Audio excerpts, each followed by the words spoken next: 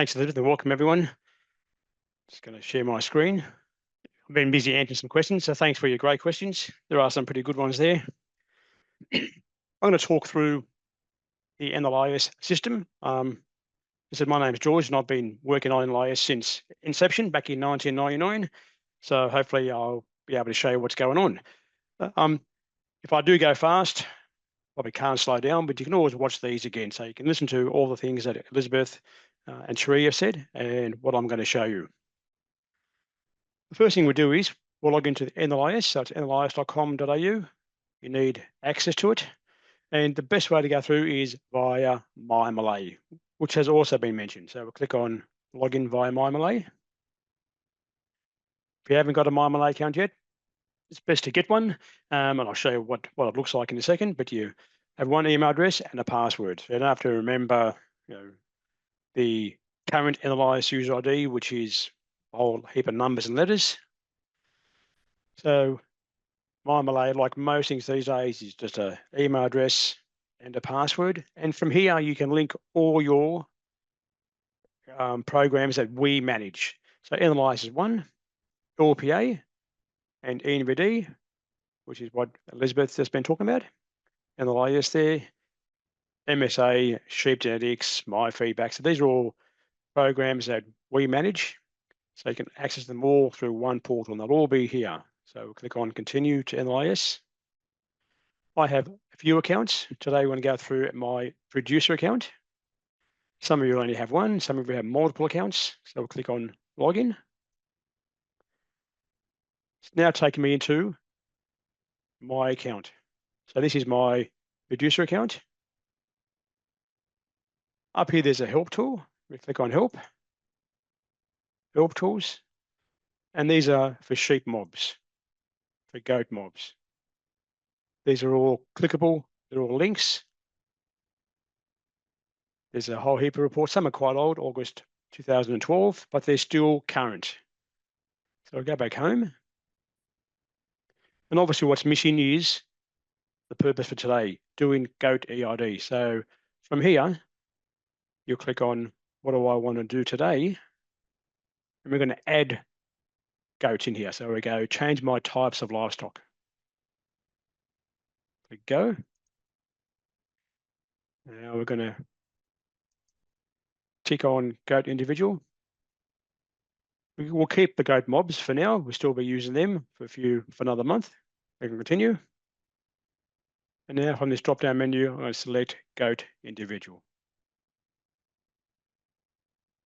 Go back to the help tools. I now have goat individual. We've only got a couple of reports, but the rest are on all the other pages. So click back home.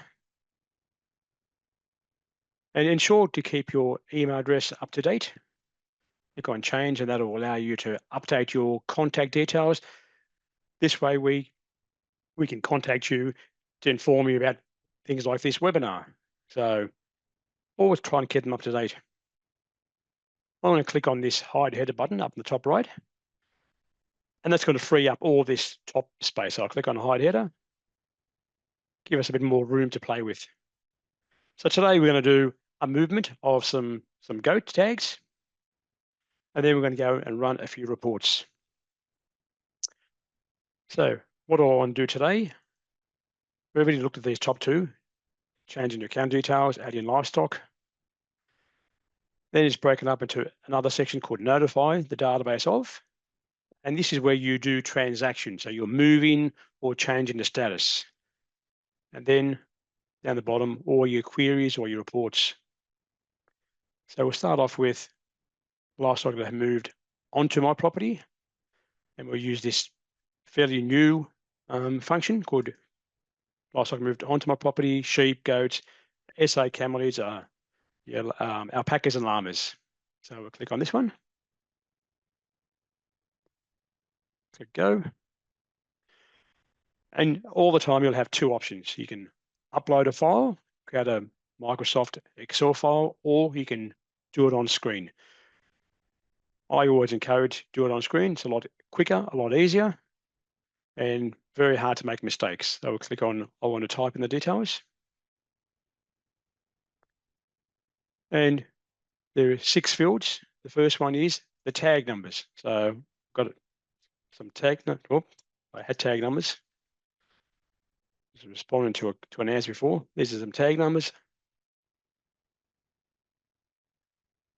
So a heap of tag numbers. You can see that this is the RFID, and you get this number from using a scanner. That's the microchip number. This is the outside visual number. So we have a combination of both. So you can quite easily read the outside number. It's got the pick of the property that applied this tag. A is the company that made the tag. K tells us it's a go tag. The reason why we put this in here, the reason why we identify goat tags as opposed to sheep tags and cattle tags, when they're in animals' ears, we look at the animal, we know what the animal is, obviously. But it also stops people putting the wrong tag in the wrong animal. So we identify that as well. And more importantly, at abattoirs and sale yards, they're scanning the animals, and all they're doing is scanning a tag. They're not telling us this is coming from a sheep. And although we can tell by the NVD, they don't always upload the NVD. So these are some tag numbers, and that's why we have letters in these tag numbers to identify them. Where they go into, I've got all this information here. They go into this property, QDZZ. I have 2 properties, so they're going in between my 2 properties, and they're coming from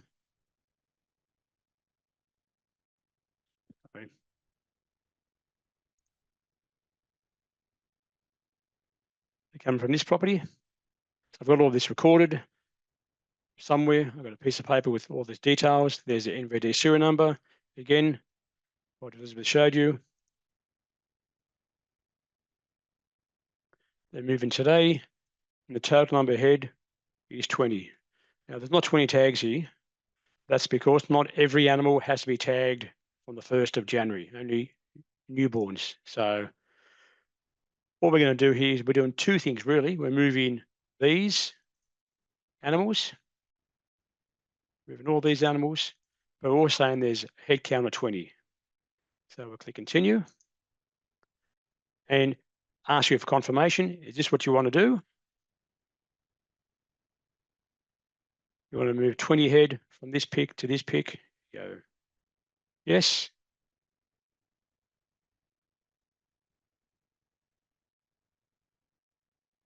It's now sending that to the database.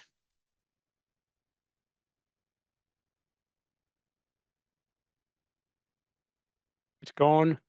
This is the upload ID.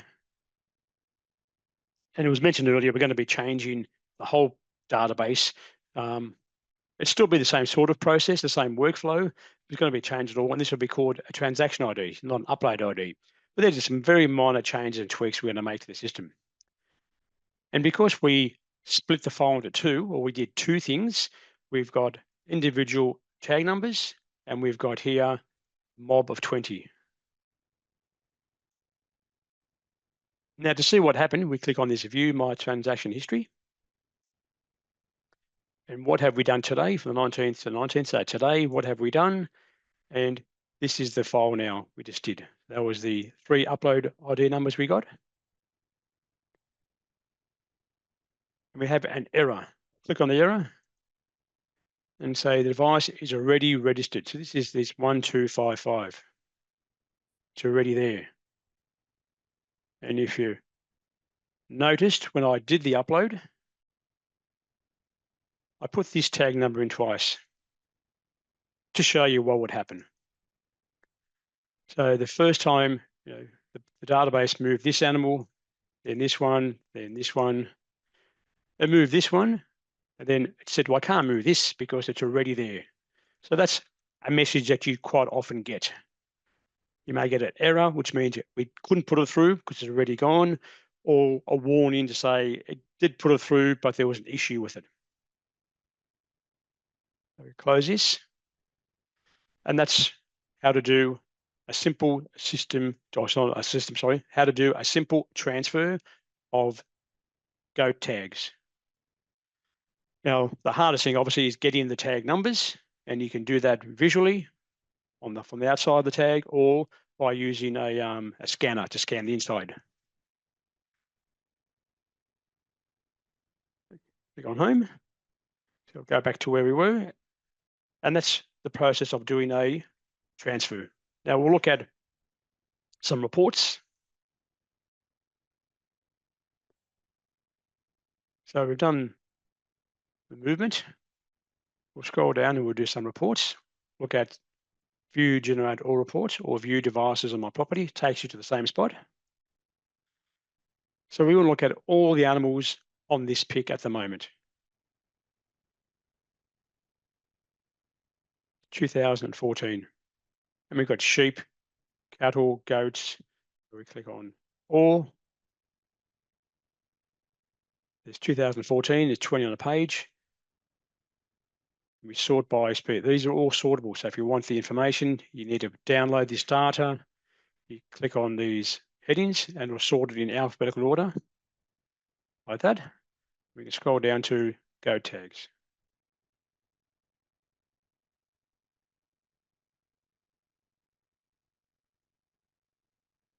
There's some goat tags. This is my test account. So we use this quite a bit for testing. So I go, that's one report we run. You can run, and you can always go down the bottom of the page and export the data and export the outside tag number, the inside tag number, or the whole lot. Scroll back up. You can look at what has moved onto your property. So livestock that have moved onto my property. What's moved on this month?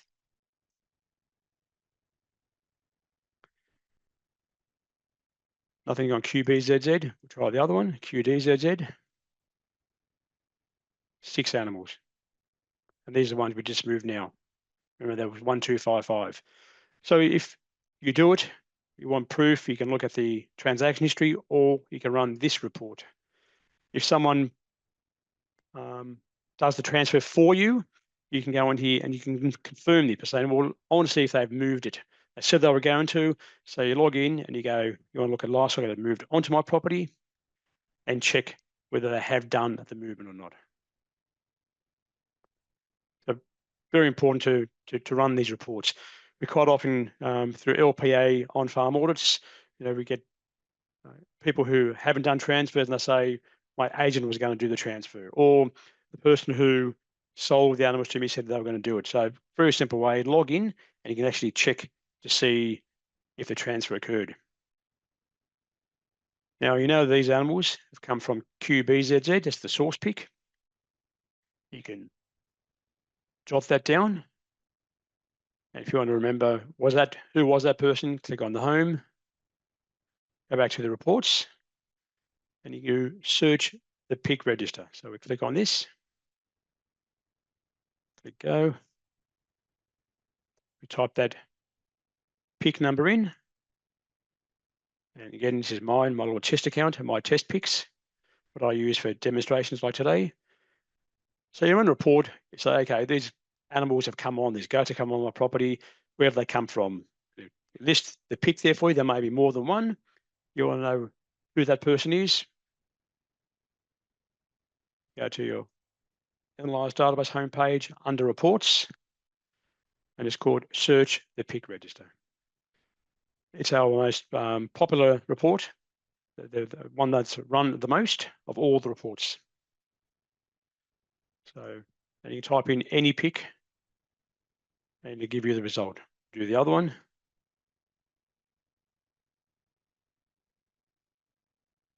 Again, a test account, a test pick.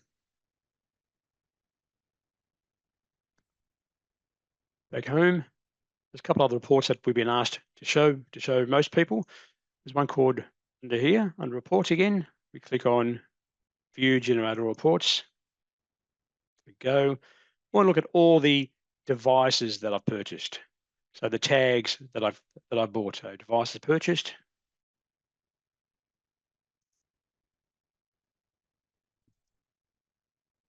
So in the last 12 months, I've purchased 50 goat tags. These are not animals that have been transferred to my pick. but these are the physical tags that I bought from the tag manufacturer. People use these to do on-farm management. So again, you just go down, you can export the tag numbers, put them into your software system, put them into Excel spreadsheet, whatever it is you need these tag numbers for. They're all sortable by all these fields and top are sortable. Remember, I have two properties, QBZZ, also got QDZZ. I haven't bought any tags for this property, but I bought animals and moved on. So that's a slight difference. You can look at transfers on or transfers off, what has happened, and you can look at what is currently on my property, which we did initially there in 2014, or tags that I've purchased to use in my animals.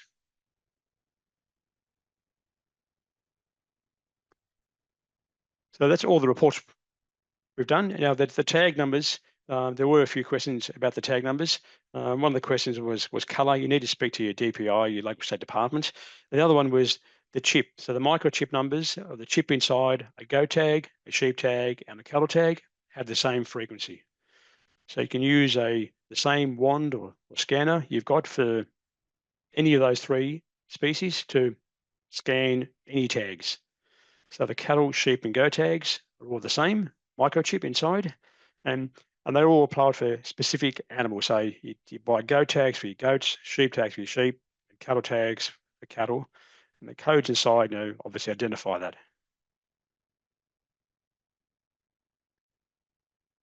And that's it for me. And once again, you can watch this afterwards, and hopefully if you did miss something, you can pick it up later. Thank you, George. I just wondered, George, before you go, do you think you could just take us through the mob-based? So I think we saw the individual, which was great, but just for HRG side of things, Yep. do you think you could just give us a little look at that Yep, before you definitely. sign off? Thank you. Yes. So under here, I want to work with goat individual. We change that now to I want to work with goat mobs. Same process. This is what we do. There's our reports. You see there's a lot less. So mob-based movement onto my pick. Click go. Again, we just want to do it on screen. It's easier to type in the details. A few more bits of information here because we don't have a lot of information about the animal anymore. We don't know where it's been. So we enter in the from pick. Number ahead. So there's 20 in the mob. And these are coming onto my property, remember? So I have a selection. The way build is mandatory because that's how the NVD serial number, LPA mediation number is mandatory. So we're entering the number here.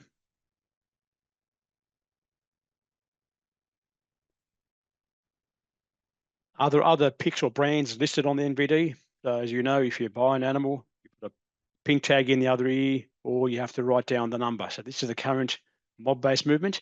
HRG is different because there's no tags at all. Are they all eligible to move goat free, tag free, sorry? You go yes. And you can add comments in here.